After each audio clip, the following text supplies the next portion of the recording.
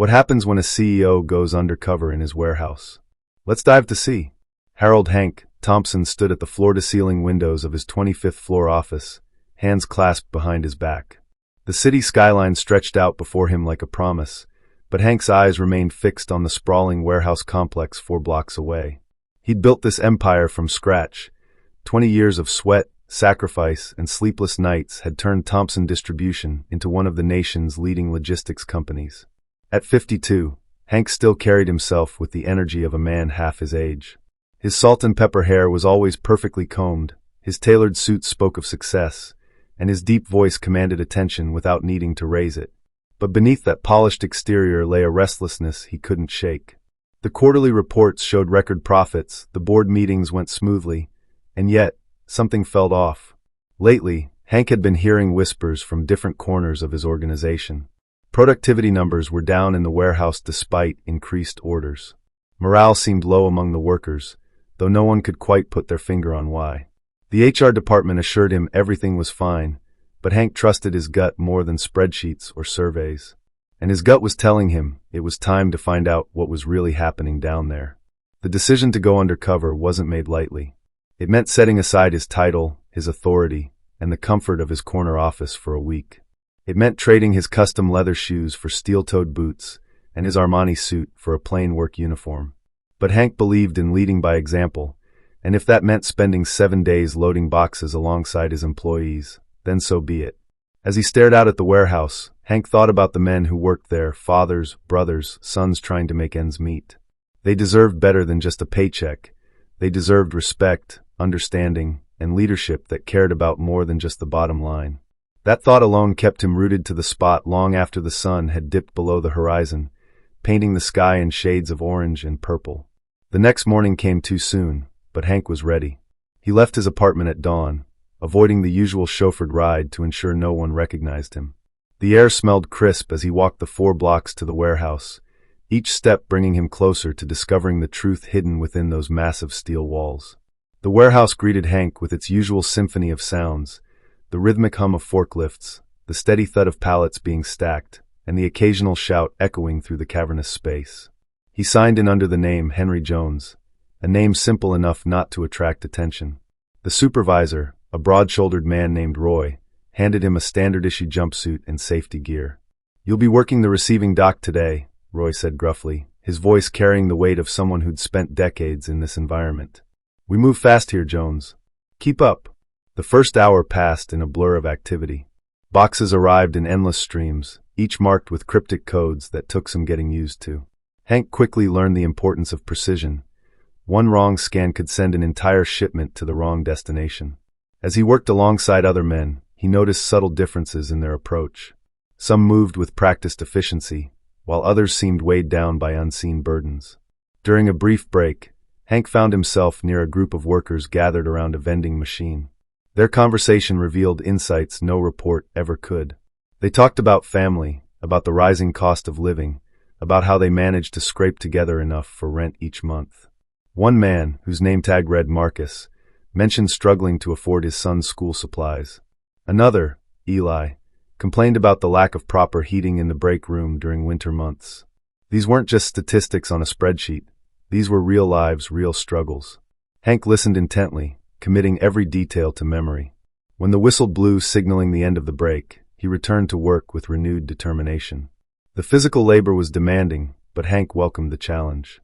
Each heavy box he lifted, each pallet he stacked, brought him closer to understanding the reality faced by his employees every day. By lunchtime, Hank's muscles burned, and his feet ached from standing on the hard concrete floor.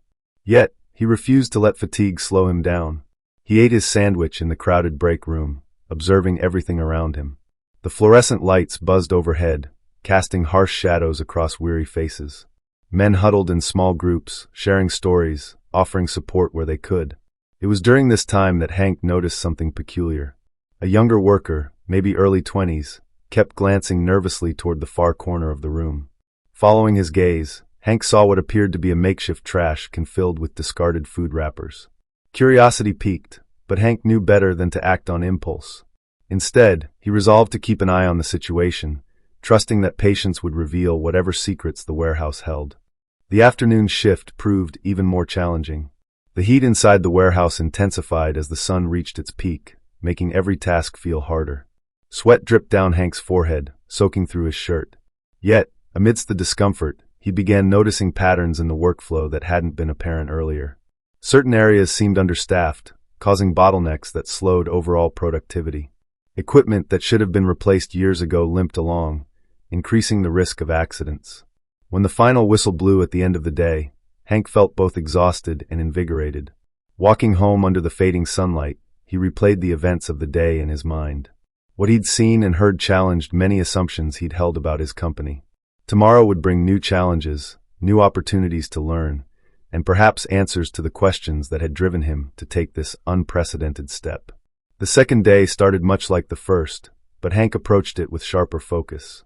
He requested a rotation through different departments, wanting to experience the full scope of operations. In the packaging area, he discovered another layer of complexity. Workers here dealt with delicate items requiring extra care, yet the tools provided were often inadequate. Tapes ran out mid-shift, bubble wrap was rationed, and tempers flared when mistakes happened. While helping Eli secure a particularly fragile shipment, Hank noticed the man's hands shaking slightly. Concerned, he asked if everything was all right. Eli hesitated before admitting he hadn't slept well the night before, worried about medical bills piling up after a recent accident. This revelation struck Hank deeply. Here was a dedicated employee giving his best despite personal hardships, yet the system somehow failed to support him adequately.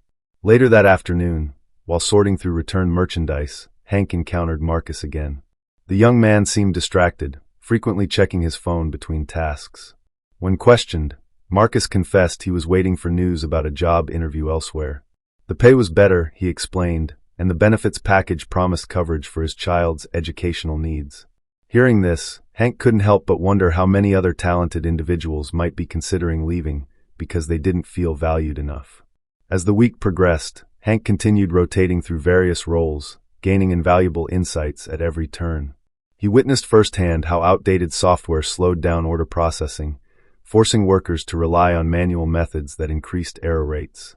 He saw friendships form among colleagues who supported each other through tough times, creating bonds stronger than any corporate policy could foster. Each evening, instead of retreating to his usual haunts, Hank chose to walk through different neighborhoods, observing the lives of those he worked alongside during the day. Families gathered on porches, children played in streets lined with modest homes, and everywhere he looked, people struggled to maintain dignity in the face of economic pressures. These scenes reinforced his growing belief that businesses must serve more than just shareholders. They must contribute positively to the communities they operate within. On the fourth day, Hank finally decided to confront the mystery of the trash can in the break room. Timing his approach carefully, he waited until most workers had returned to their stations before casually wandering over. Inside, he found remnants of meals, sandwiches, fruit peels, and bits of bread. Nothing unusual, except for the fact that none of these items belonged to anyone present. Someone was clearly using this as a way to dispose of unwanted food. Just as Hank crouched down to examine further, movement caught his eye. From the corner of his vision, he saw a familiar figure, the same young worker who'd been acting strangely earlier in the week. Quietly stepping back into the shadows, Hank watched as the man approached the trash can, looking around furtively before reaching inside. His hand emerged holding half a sandwich, which he quickly stuffed into his jacket pocket. The scene unfolded slowly, each moment stretching longer than it should. Hank's heart pounded in his chest, torn between anger and compassion. This wasn't theft in the traditional sense. This was desperation manifesting in its rawest form. Before he could decide whether to intervene, the young man turned abruptly, catching sight of Hank watching from across the room. Their eyes met, and for an eternity measured in seconds, neither moved nor spoke. Then, without a word, the worker fled, disappearing into the labyrinth of aisles. Hank remained frozen, grappling with emotions too complex to untangle immediately. What he'd witnessed challenged everything he thought he knew about leadership, responsibility, and human nature itself. That night, lying awake in bed, Hank replayed the encounter repeatedly in his mind. Who was that young man?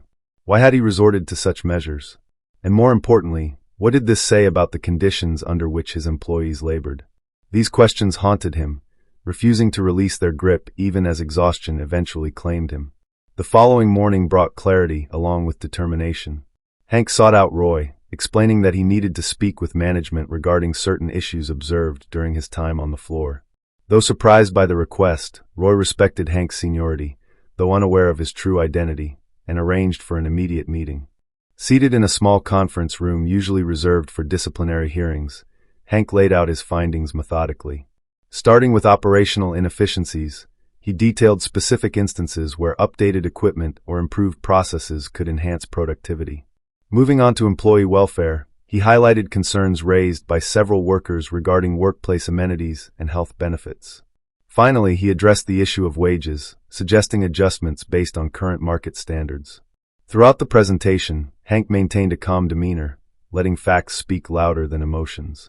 However, when discussing the incident involving the young worker, his voice wavered slightly. "I believe we're missing something crucial here," he stated firmly. "Our policies may comply with legal requirements, but are they truly fair? Do they reflect the values we claim to uphold?" His words resonated deeply within the room, prompting thoughtful silence among those present. For once, no one rushed to defend existing practices or dismiss suggestions outright. Instead, they leaned forward, engaged in meaningful dialogue about potential solutions. This marked the first significant twist in Hank's journey, realizing that change wouldn't come solely from executive decisions, but rather through collaboration and open communication. Encouraged by the positive response, Hank proposed implementing regular feedback sessions where workers could voice concerns directly to upper management. He also suggested establishing a fund specifically designed to assist employees facing unexpected financial hardships. Both ideas received enthusiastic support, laying groundwork for future improvements. Meanwhile, the search for the young worker continued discreetly. Hank wanted to understand the circumstances driving such desperate actions without compromising the individual's privacy. Days passed before Marcus approached him during a scheduled break, revealing that the person in question was actually his cousin Daniel.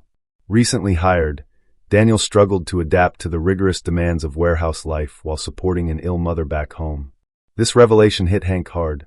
Here was proof that sometimes good intentions aren't enough. No matter how comprehensive a benefits package might seem, there will always be unique situations requiring special consideration. Determined to address this gap, Hank worked closely with HR to develop personalized assistance programs, ensuring no employee ever felt forced into taking extreme measures again. Weeks later, standing once again at his office window, Hank viewed the warehouse with fresh eyes. The changes implemented since his undercover mission had already begun showing results. Productivity levels rose steadily, morale improved significantly, and most importantly, trust between management and workforce strengthened considerably. Yet, Hank knew the journey wasn't over. True transformation required ongoing commitment and vigilance. Inspired by lessons learned, he initiated quarterly visits to all company facilities, engaging directly with employees at every level. These interactions became invaluable sources of insight, guiding continuous improvement efforts across the organization. One evening, reflecting on everything accomplished thus far, Hank penned a note to himself. "Leadership isn't about titles or positions. It's about making choices that uplift others. Remember Daniel's story. Remember why you started this path." These words served as a constant reminder of the profound impact one person's courage could have, not only on themselves, but on countless lives touched along the way. Months turned into years, and Thompson Distribution flourished under Hank's renewed vision. The company earned recognition not just for its business achievements, but also for its commitment to social responsibility. Employees spoke proudly of working there, knowing their voices mattered and their contributions were valued. But perhaps the greatest testament to Hank's transformation came unexpectedly. During a community event celebrating local businesses, Daniel approached him, now confident and smiling. "Thank you," he simply said, extending a hand. In that moment, Hank realized the full circle of his journey, from questioning what truly mattered to finding purpose in serving others. And so the legacy lived on, proving that even in the toughest environments, hope could flourish when nurtured with care and understanding. Through honest effort and genuine concern, ordinary places could become extraordinary spaces where dreams took root and grew strong, nourished by shared humanity and collective resolve. That's the story, friends. I hope you enjoyed it. It was a pleasure sharing it with you all. Don't forget to comment below and let me know where you're watching from. It's always fun to see the global reach of these stories. And if you haven't already, please hit that subscribe button for more amazing stories, tips, and tricks. Thank you for watching, and I'll see you in the next one. Bye. If you'd like to show some extra love, tap the 3 dots near the share button and send a super thanks.